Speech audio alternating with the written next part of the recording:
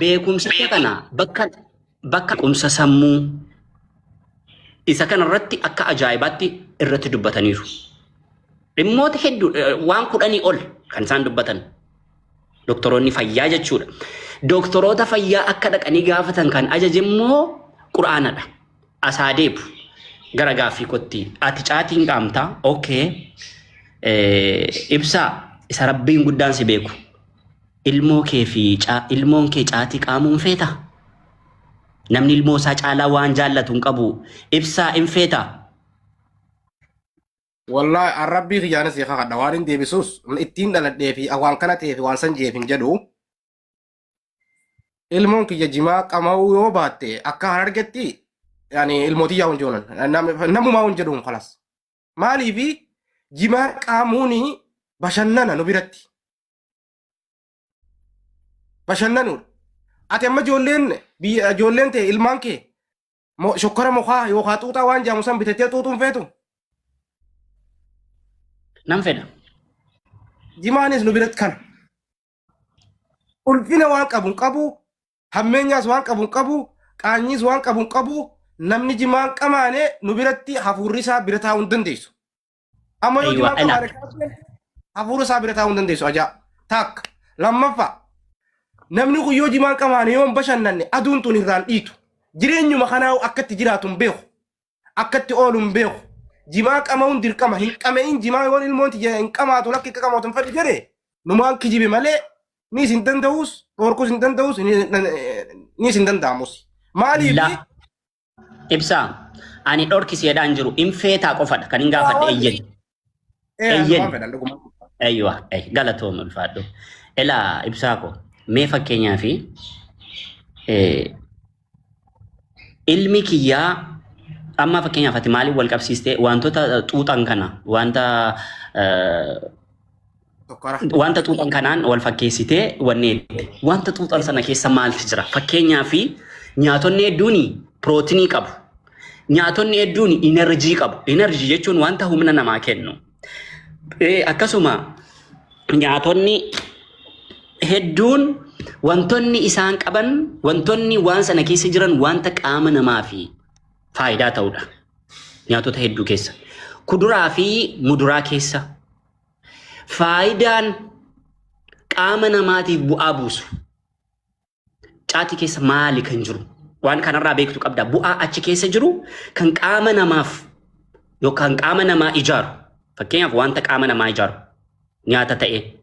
Akka fakkeenyaaf buqqee waan jedhamuun beektamni buqqee yookaan dabaaqula jedhu naannoo keenyatti wantoota 17 qaba ilma namaaf faayidaa ispeeshaalii daa'immaniif sammuu isaanii qaruuf aktiivii gochuuf nyaata akka malee filatamaadha araboonni akka malee jaallatu yoon beektite buqqee waan jedhamu jechuudha akkuma sasanaa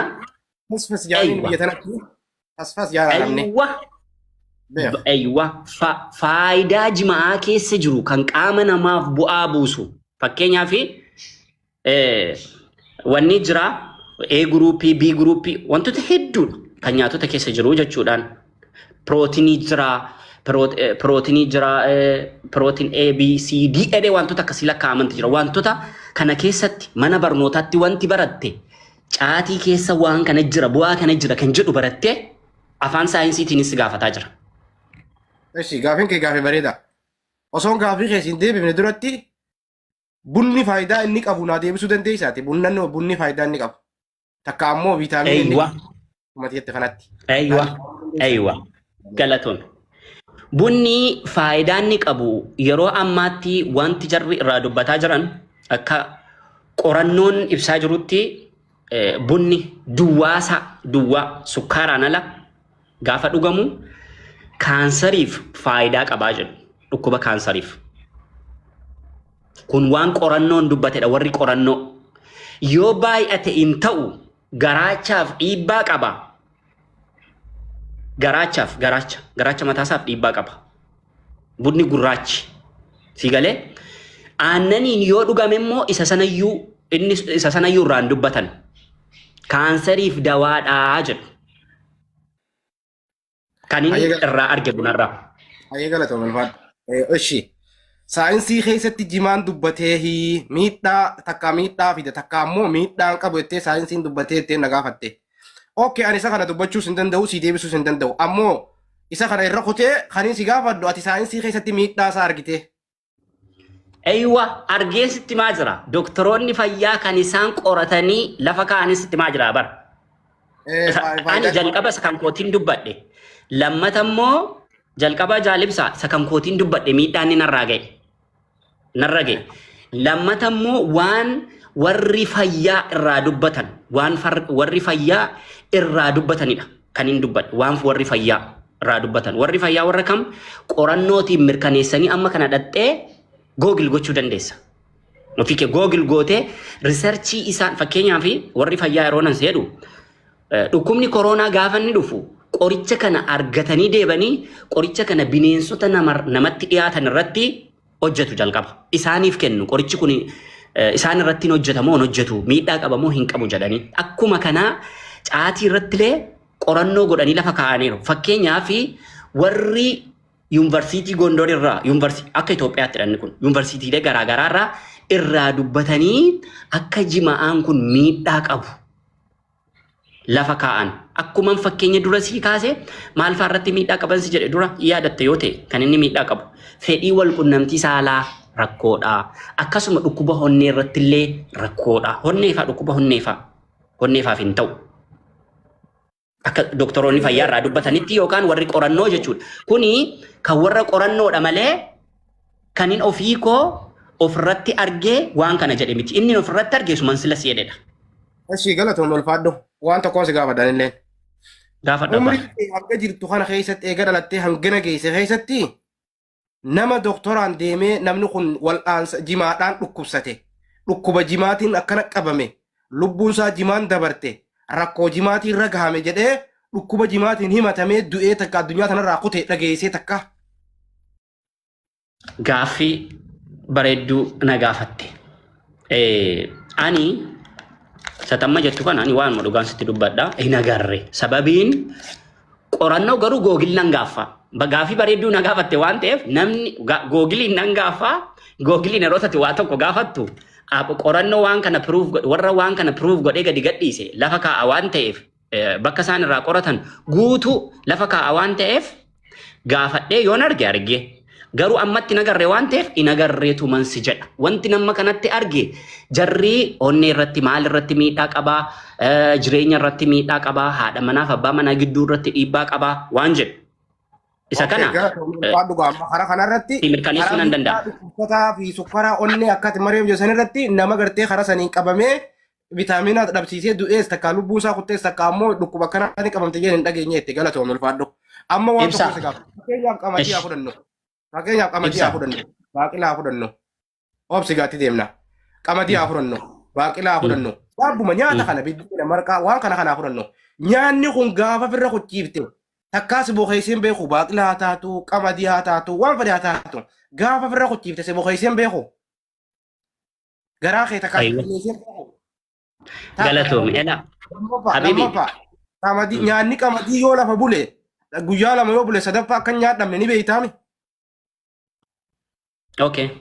Hogga nyaatte rakkina akka fidu ni beeytaami. Ayyee. Bulellee qameetiin beekaa miidhaan fidu jara kana lamaan kamtu raama duuba.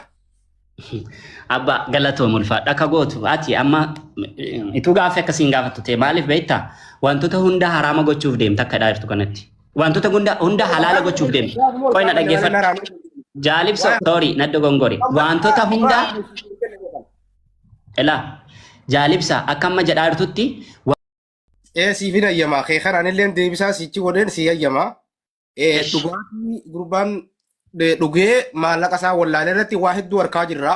Haadha wallaalu jira, abbaa manaa wallaalu jira, namni kufee firra fincaanee akka malee maraataa fakkaatu jira fayyaanii suni ni beeyna sun. Jimaan ammoo ani qaafaan qame'ee maallaqa hannuudhaan du'aayii godhaa jechuudhaan maallaqni tokko nagaratti naafuu jette. Suni gara laafina keeti jedheetiin fudhadhaan. Akka ati rabbi dhalaa'uu barbaadduuf waan san gooti rabbi irraa fudhachuudhaaf jedheetiin fudhadhu. Akka nama tokkotti illee.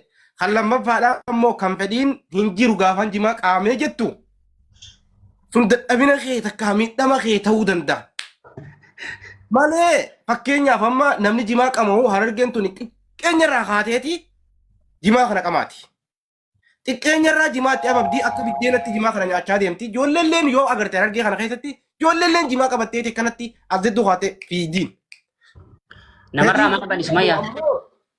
Anis waan kana Harargeen jettee osoo hin jenne nama dhuunfaa osoo jettee hin jenne anis waan Harargee keessa dhaladhee guddadhee fi fedhiin jimaa qamaatee fi jimaa qamoo dhabdee an amma jimaa qameetiin beeku waggaa 12 jimaa qamee waggaa 12 jimaan qamaaneen. Eegaan biyya Arabaa dhufee waggaa 12 jira biyya Arabaa kana. Waan jimaa jiru takkaa ijaan harkeen beeku. Takkaas qameen beeku. Biyyatti ammoo qameen beeka.